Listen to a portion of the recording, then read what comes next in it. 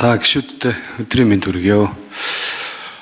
Нэг тодорхой 3-4 асуулт байна.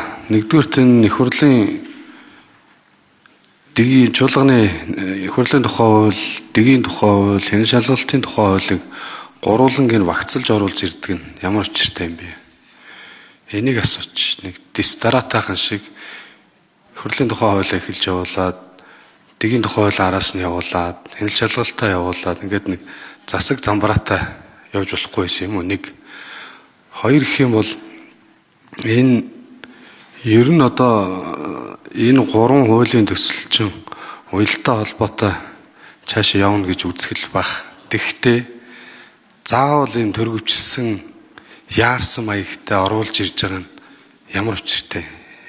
Энэ дээрээс давхар асуулт асууч. За тэгээд яг их хурлын дарга болохоос өмнө энэ 5 нам байна, бүгднгийнхэн дуу хоолойг оролцуулна, парламентын зарчмын дагуу мэтгэлцүүлнэ. Ингээд явсан. Тэгээд дэгийн тухай хууль болон хэн шалгалт их хурлын тухай хуулийн дээр гишүүдээ санал авсан. За би бас нэг тодорхой саналууд өгсөн. Тэгээд өгсөн саналууд маань ихэнх нь эсэргээрээ тусцсан байна. Тэгэхээр хичнээн гишүүн санал өгсөн. Энэ улсын хурлын судалгааны хүрээлэн оролцуулсан юм уу? Тэднээ санал авсан юм уу? Улсын хурлд ажиллаа тайлагнадаг байгууллагуудаа санал авсан юм уу? Хичнээн санал ирсэн. Алийн тусгаж авсан. Энийг асуучмаар байна бас. За тэгээд сүүлийнх нь бол энэ өнгөрсөн оны 7 сарын 9 тухай улсын хурлын тухай хууль болон дэгийн тухай хуулинд нэмэлт өөрчлөлт оруулсан. Тэгээд энэ тамгын газрын хяналт шалгалттай холбоотой бүх зүйл заалтыг уулна ингээд зөвлөмж болгосон шүү дээ. Зөвлөмж болгосон. Тэгээд одоо буцаагаад энийг оруулж ирээд татваруулаад дүн шинжилгээ хийн, хуулийн дүгнэлт хийн ингээд ийм юмуд оруулаад ирэх. Энд чи одоо зарчмын зөв юм уу буруу юм уу? Үндэсний аудитын газар гээл нэг хяндаг, засгийн газрын хяналт хэрэгжүүлэх газар гээл нэг хяналт явдаг. Одоо тамгын газар гээл дахиад хяналт явдаг. Ингээд 3-4 хяналтын тогтолцооч ороод ирэхээр ажил цаашаа урагшлах юм уу? Хууль санаачлагч нар маань асуултыг маань бичиж авч байгаа. Үгүй л юм шиг харагдаад байна. За, тэгээ эхлээд энэ 3 асуултанд хариулт авчаад тэгээ цаашаага тодруулсууя. За энэ хуулийн 3 хуулийн санаачлагч нь их хурлын дарга мөн их хурлын дэд дарга нар байгаа. Тийм учраас их хурлын дарга их хурлын дэд даргын суудлын дээр сууж энэ одоо хариултаа хэлэхээр суудл соссон байгаа. Тэгээд за Бямцк дарга хариулъя. За очрот гишүүний асуултанд хариулъя. Энэ 3 хууль улсын их хурлын тухай хууль, улсын их хурлын чуулганы хуралдаан дэгийн тухай, улсын их хурлын хяналт шалгалтын тухай хуулийг яагаад хамтд нь өргөн барьчваа? Замбараатай зэгчтэй цуулаад өргөн барьж олсонгүй юу гэж. Улсын их хурлын үйл ажиллагааг зохицуулсан ерөөсөө 3 хууль байгаа. Энэ 3 хуулийг тийм үү ямар ч байгууллагаас санал авахгүй улсын их хурл өөрөө баталдаг. Тийм бол улсын их хурлын хууль маань үндсэндээ органик буюу одоо үндсэн хуульчилсан хууль. Энэ хуулийг хэрэгжүүлэхэд бол процессын бол улсын их хурлын чуулганы хуралдааны дэгийн тухай хууль. За дээрээс нь хяналт шалгалтын тухай хууль. Ийм учраас нэг нэгнээс ишилсэн хоорондоо салшгүй холбоотой зохицуултууд байдаг учраас энэ 3 хуулийг салгаж хэлэлцэх ямар ч боломжгүй.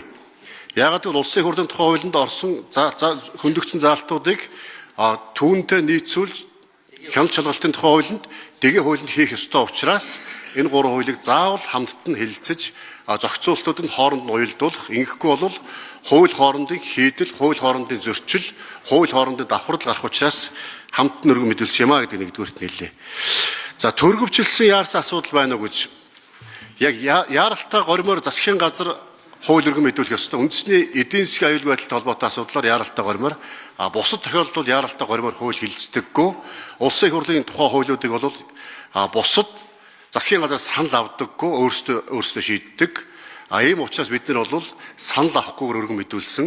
Ингэхдээ бол түрүү хэлсэн учрал даргын үед самдаг очир төрийн байгуулалтын байнгын орон дарга ахалсан ажлын хэсэг өнгөрсөн 2 сард байгуулагдаад ажиллаж байсан. Үүнийг нь одоо өргөжлүүлж явсаар байгаад улсын их хурлын даргын зөвлөлийн гишүүд одоо улсын их хурлын даргын зөвлөл дээр одоо хэд хэдэн удаа хэлэлцээд намын бүлгүүд дээр танилцуулж байж одоо бас оруулж ирсэн.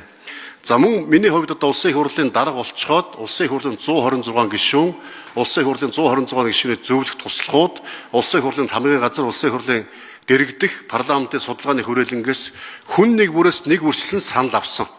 За энэ дээр улсын их хурлын 30-аад гишүүн саналаа бичгээр ирүүлсэн, улсын их хурлын гишүүдийн ажлын албаас 70-аад гишүүн ирүүлсэн, улсын их хурлын хамгийн газар 200 гаруй ажилтан саналаа өгсөн, улсын их хурлын парламент дэргэдэх парламентын судалгааны хүрээлэнгийн бас саналуудаа бүгдийг өгсөн. Эндээс одоо орж болох заалтуудыг оруулаад за хэрхэн яаж оруулсан талаараа бас гишүүдэд одоо бас ийм материалууд тараасан байгаа. Энэ дээр тодорхой гадаад дотоодын туршлага олон улсын за гишүүдийн орсон саналуудын талаар мэдээлэлүүд орсон байгаа. За өөр чи юу асуулаа?